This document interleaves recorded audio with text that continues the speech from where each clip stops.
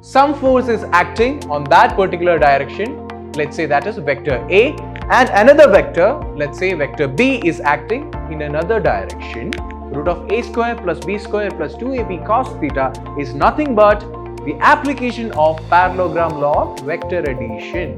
The adjacent side will be cos theta and the opposite side will be sin theta, because opposite side by adjacent side is equal to hypotenuse. There is a one bigger triangle which helps us to find what is the magnitude value of R.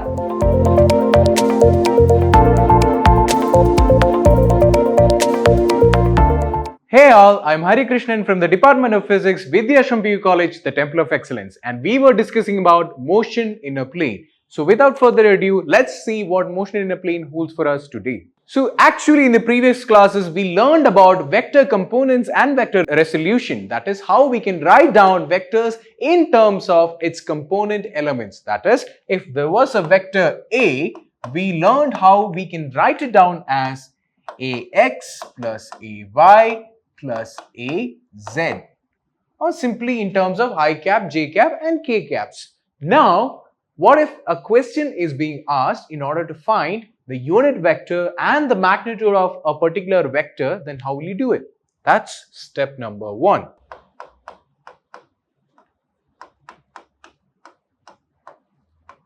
So the question will be asked like this: find the magnitude and unit vector of this particular vector.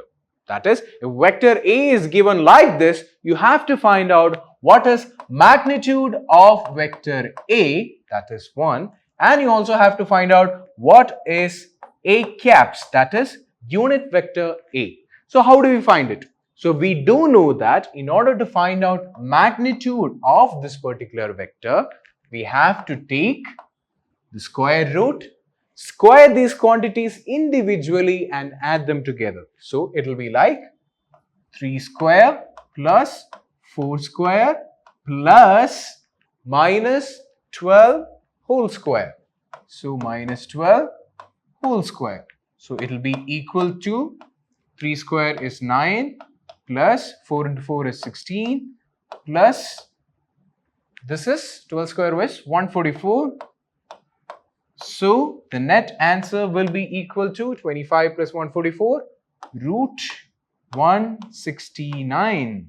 So how much is 169? Root 169 is nothing but 13. So the magnitude value of vector A is actually 13. Now the tricky part, what is the unit vector A? So here we know that unit vector A is equal to vector A divided by magnitude of the vector A. So we can write this as, vector A is already given here. So it is 3i plus 4j minus 12k divided by 13. So this is the unit vector A. So if you want to make it a little more fancier, you can write it as 3i by 13 plus 4j divided by 13 minus 12k divided by 13. Now this is the unit vector A caps. Now this was only discussed here because we know how to find out the magnitude and unit vector of a vector if it is given like this. Now what if there are two vectors acting and you are supposed to find the magnitude of that particular vector? What will you do then? If let's say one force is acting like this in one particular direction and another force is acting like this in another direction, let's say at an angle of theta. So vector A, let's say this is force 1, or some force is acting on that particular direction, let's say that is vector A, and another vector, let's say vector B, is acting in another direction. So what will be the magnitude value of the force or resultant force? How can you find that out? Let's make it a little more easier. Imagine that you have an object like this here. Now your friends have tied a rope around it. Now one friend is dragging this in one particular direction while the other friend is trying to go in another direction. Let's say The angle between them is theta. So one friend is exerting a force in one particular direction. Let's say this is F1. Now the other friend is exerting a force in another direction. Let's say this is F2. Now, in which way would this particular object move? Okay, you can say that since my friend is very strong, it will be moving in this particular direction. Since my friend is very weak, it cannot go in this particular direction. What if they are equally strong? What if these two people are equally strong? Then what will happen to the motion of this particular object? Then we know that since forces are acting equally in two directions, two vectors, then the motion of this particular particle will be in between these two vectors. That is, if two people are pulling on it at an angle, then the motion of that particular body will be in between those two vectors. So we can say that if two vectors are acting like this with different directions, then the resultant of that particular vectors will be somewhere in between those two vectors. So the resultant or resultant motion will be in between those two vectors. Just like in the pulling case. If you have any doubt, grab your brother, friend or whoever you have, just hold the two ends of a bag and try pulling it to two different sides. You can see the bag will move in between that. It's like the reverse principle of a sling. So okay, now we know that if two vectors are acting like this, the resultant will be in this particular direction, or more precisely, more mathematically, we can see that the resultant R will be equal to vector A plus vector B. That is, the sum of vector A and vector B will be resulting in this particular direction. If you are exerting a force here and here, then the resultant motion or the resultant will be in this particular direction. Vector A plus vector B will be in the direction of the resultant.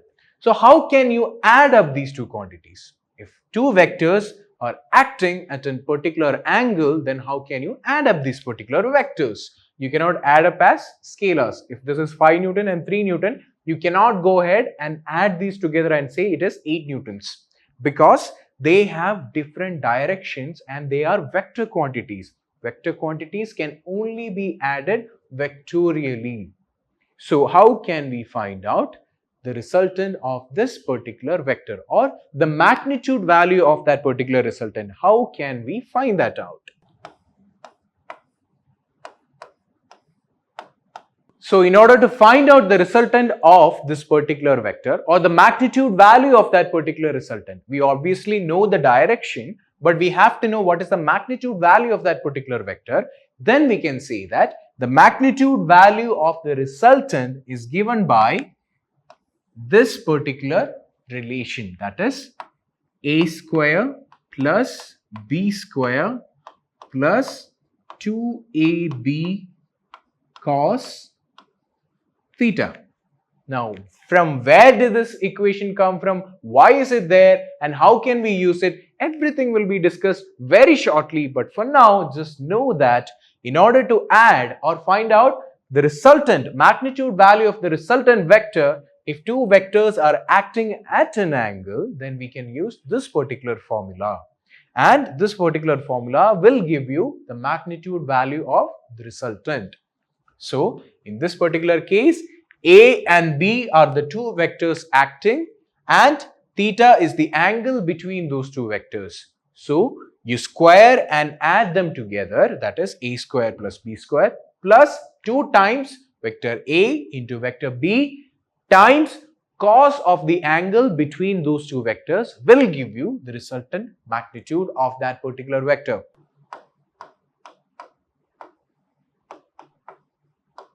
For example, if we are given two vectors, let's say vector A is acting at 3j, that is in the y-axis it is 3 magnitude up, and vector B is acting 4i, which means that the value of vector B is 4 units to the x-axis, in the direction of the x-axis, and these two vectors are acting between an angle of 90 degrees. That is, we have two vectors like this. This will be vector A and this will be vector B acting at an angle of 90 degrees. Vector A is nothing but 3j and vector B is nothing but 4i. So we have two vectors and the angle between those two vectors. Now all we have to do is apply this particular formula so that we can get the resultant value, that is magnitude of resultant. So we can say vector R is equal to root of a square, that is 3 square, plus b square, that is 4 square, plus 2 into a, which is 3, into b, that is 4, into cos of the angle between them. So what will be this equal to? So 3 square plus 4 square, that is 3 square is 9, 3 into 3 is 9, plus 4 square is 16, plus 2 into 3 into 4 into cos 90. Cos 90 is actually 0. So you can take this quantity as 0, which means this entire quantity will be 0, which means the resultant will be 9 plus 16, that is root 25, that is equal to root 25 or simply 5. So the magnitude value of R will be equal to 5. And the direction of the resultant will be somewhere in between these two vectors. So always remember, if two vectors are acting at a particular angle, then the resultant motion or the resultant will be somewhere in between those two vectors. And in order to find out the magnitude of that particular resultant, you can use this particular formula. That is, magnitude of R is equal to root of a square plus b square plus 2ab cos theta. And always remember, the reason why we cannot add them like scalars is because they have different directions. One is going in this way and one is going in this way. So we cannot add up these quantities like scalars. That is why we have rules of vector addition, and this is the vector addition formula. So this is the vector addition formula. So this is the vector addition formula.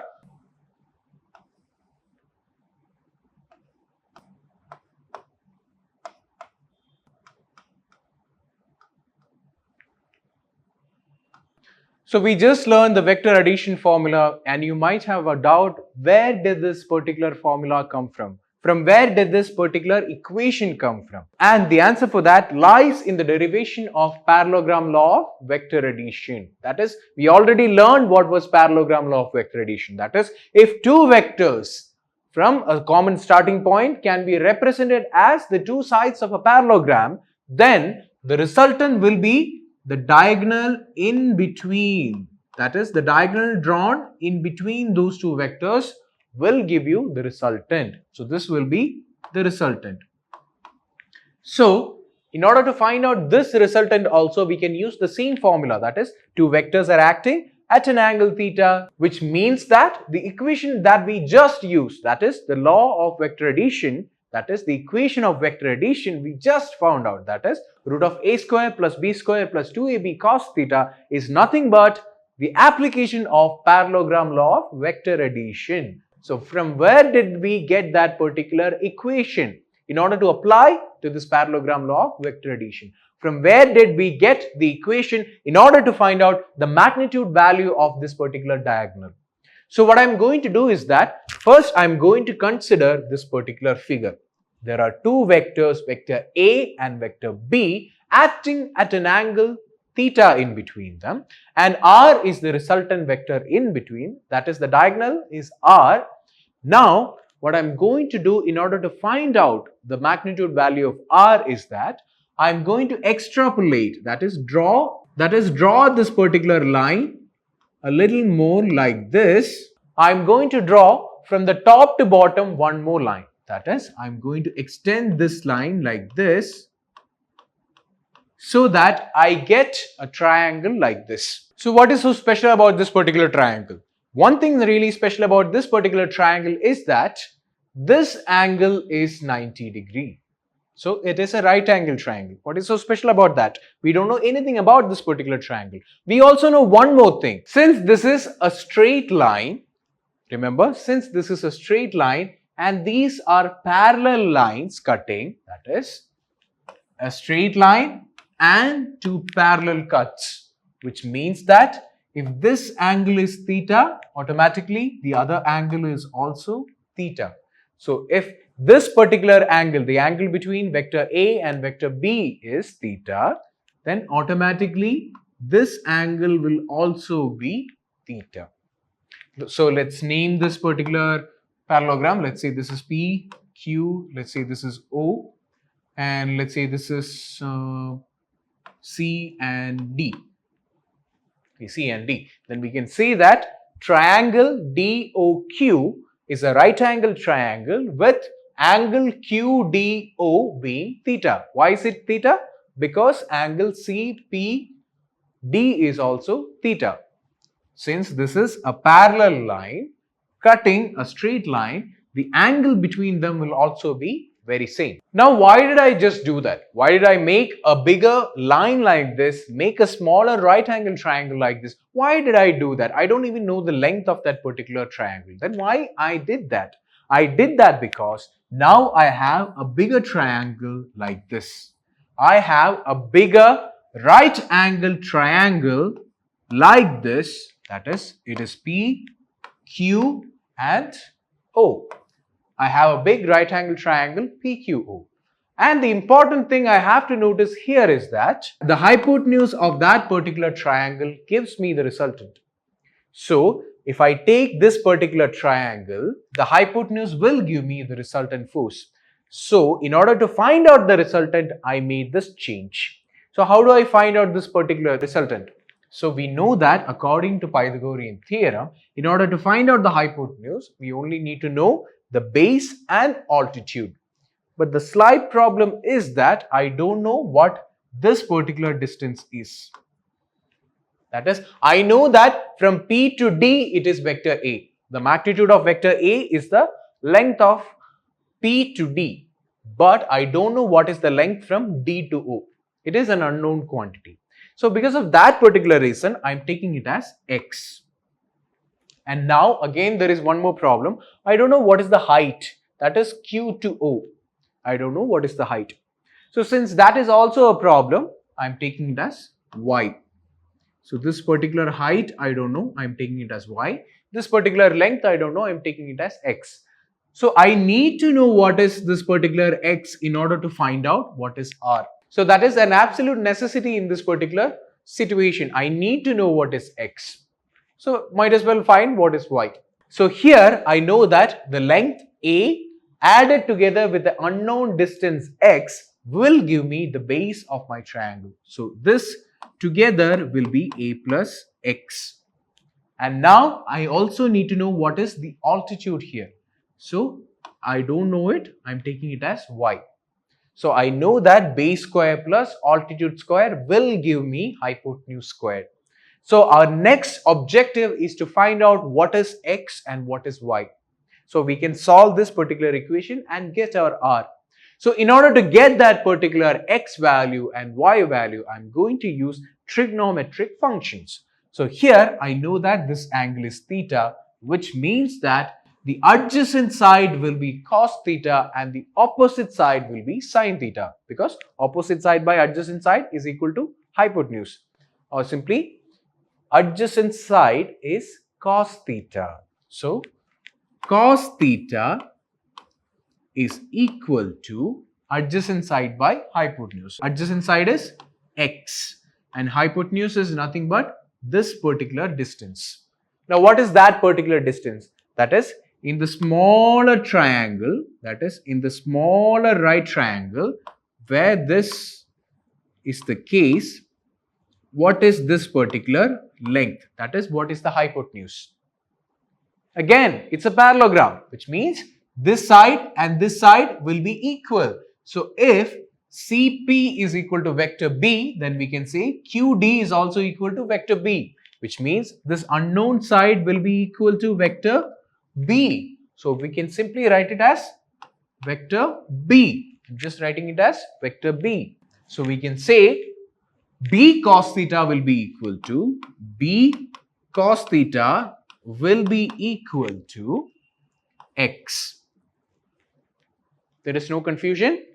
Here the base is X In order to find out x, I'm using a trigonometric function or trigonometric relation, that is cos theta is equal to adjacent side divided by hypotenuse. Here the hypotenuse is vector b, or simply to put it, it is actually magnitude of vector b since it is length. We can say that it is b. So we can say cos theta is equal to x by b, or simply b cos theta is equal to x. So instead of x, I can actually put here it is a plus b cos theta. Now we have x. Now we also have to find what is y. So y will be equal to, same principle, y is nothing but the opposite side, which means we are going to take sine theta. So we can say sine theta is equal to opposite side divided by, again, hypotenuse. So we can say b sine theta is equal to y.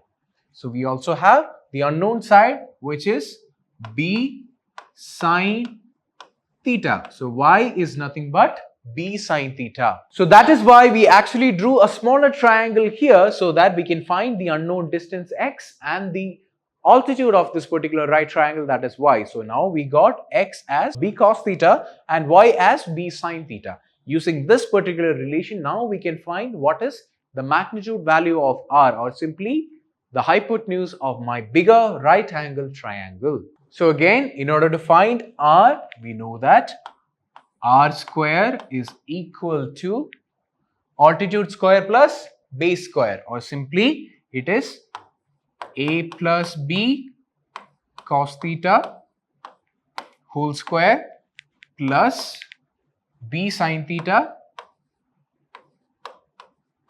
whole square. That is altitude square plus base square. Now when we open this particular bracket, we will get a square plus b square cos square theta plus 2ab cos theta. How did I get that particular result? We know that a plus b whole square is equal to a square plus b square plus 2ab. Now similarly, instead of just b here, it is actually b cos theta. Right, it is b cos theta. So this entire term I am taking it as b. Now what do? That is a is equal to a and b is equal to b cos theta. So I can write it as a plus b whole square. Again, the equation is similar. It is a square plus b square plus 2ab. The only difference is that here a square is capital A square plus here b square is what? B is actually b cos theta, which means b square will be equal to b cos theta whole square, or simply b square cos square theta. That is how we get b square cos square theta plus 2 into a is again capital A, vector A, and b is nothing but b cos theta. That is what we get from expanding a plus b whole square, or simply a plus b whole square will be equal to this particular quantity. That is how we got a plus b cos theta whole square as a square plus b square cos square theta plus 2ab cos theta. Now one more term is remaining, that is b sine theta whole square. That is simply b square sine square theta plus b square sine square theta. Now again, this is r square. This is r square, but we only need r, that is magnitude value of r. So in order to take r, we only need to take the root of this particular quantity. Before that, we will check whether we can eliminate anything from this particular quantity. Is there anything common factor here? Is there anything that can be cancelled out? That will be looked for in this particular equation. And here, if we look really closely, we can see that okay, there is a b square common here, which means I can take these two quantities, b square cos square theta plus b square sin square theta together and write it as, I can write this as a square plus b square into cos square theta plus sin square theta and the remaining quantity, that is plus 2ab cos theta.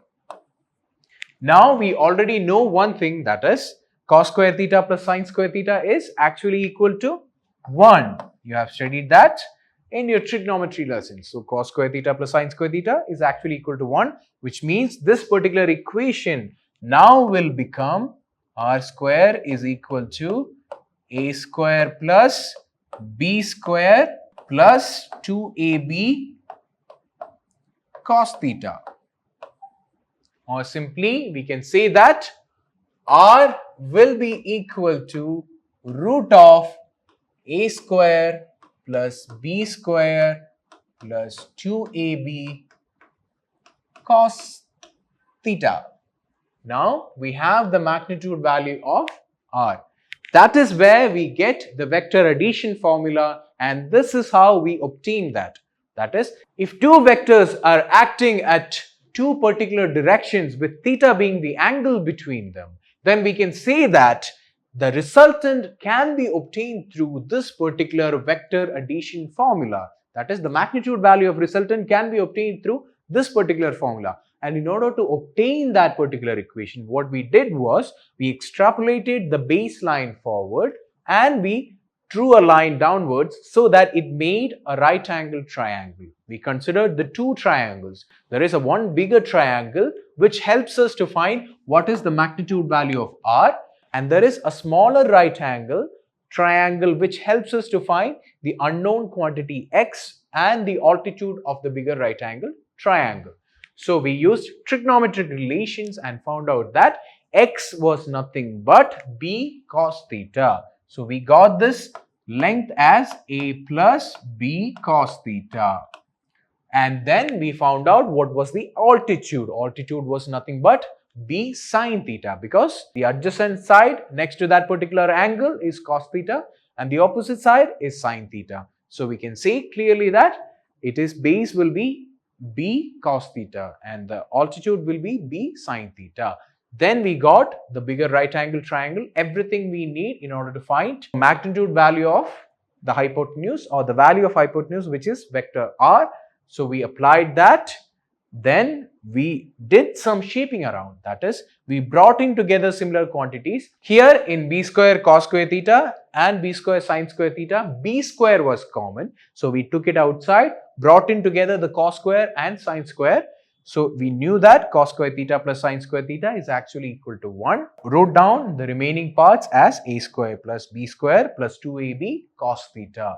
Now that is r square. In order to find out r, we took the root value of that particular quantity and then we will get the magnitude value, and this is how we get the vector addition formula to use when there is two vectors acting at an angle and that particular angle happens to be theta. If two vectors, vector A and vector B, are acting at a particular angle and the angle is theta, then we can use this particular formula in order to find out the magnitude value of the resultant. And this particular derivation is actually important, so you have to note it down. And everything is said and done. One small thing remaining is that what is the angle between the resultant and the vector A, the base vector A. That is, here I have taken the angle accidentally as theta. It is not theta. Here the angle is alpha because it is a different angle.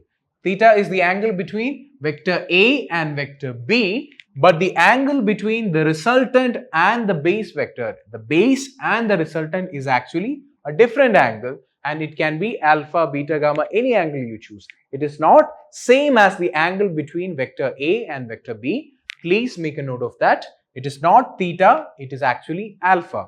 So we have to find out what is the angle alpha also.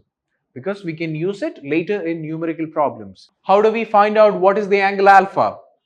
That is also very simple. In order to find out what is alpha, the only thing you have to do is take the tan value of that. So again, in the bigger triangle, in order to find out what alpha is, we will take tan, because tan is actually equal to tan of the angle, that is tan alpha is actually equal to what? Tan is equal to opposite side divided by adjacent side. That is, opposite side is y and adjacent side is a plus x. We know that the opposite side y is actually b sine theta divided by a plus b cos theta.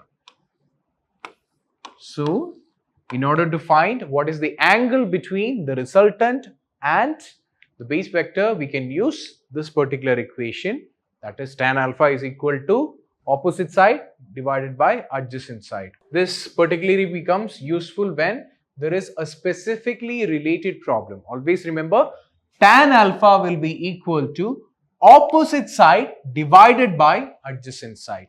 Always remember, this tan alpha question comes in a little bit different pattern. That is, they will ask, if rain is coming down onto you with a particular velocity, let's say this is vector A. Rain is coming down at you with a particular velocity and wind is blowing towards you from east to west or west to east in a particular direction with another velocity. Let's say that is vector B, and then you are being asked what will be the angle at which you have to hold the umbrella. Okay, if wind is blowing in one direction with a particular velocity and rain is coming down on you with a particular velocity, at what angle should you hold the umbrella so that you don't get wet? That will be the nature of questions. So for that, you need to know what is the angle. That is, you need to find out what is tan alpha. Now simply tan inverse of this particular quantity will give you that. I'll deal it in detail in the class while we are solving numerical problems. So here we were just learning about the concepts, and I hope that you have understood about vector additions and vector addition formula and how we can derive parallelogram law of vector addition and describe that particular angle in between resultant and base vector. I'll see you all very soon with another interesting topic. Thank you.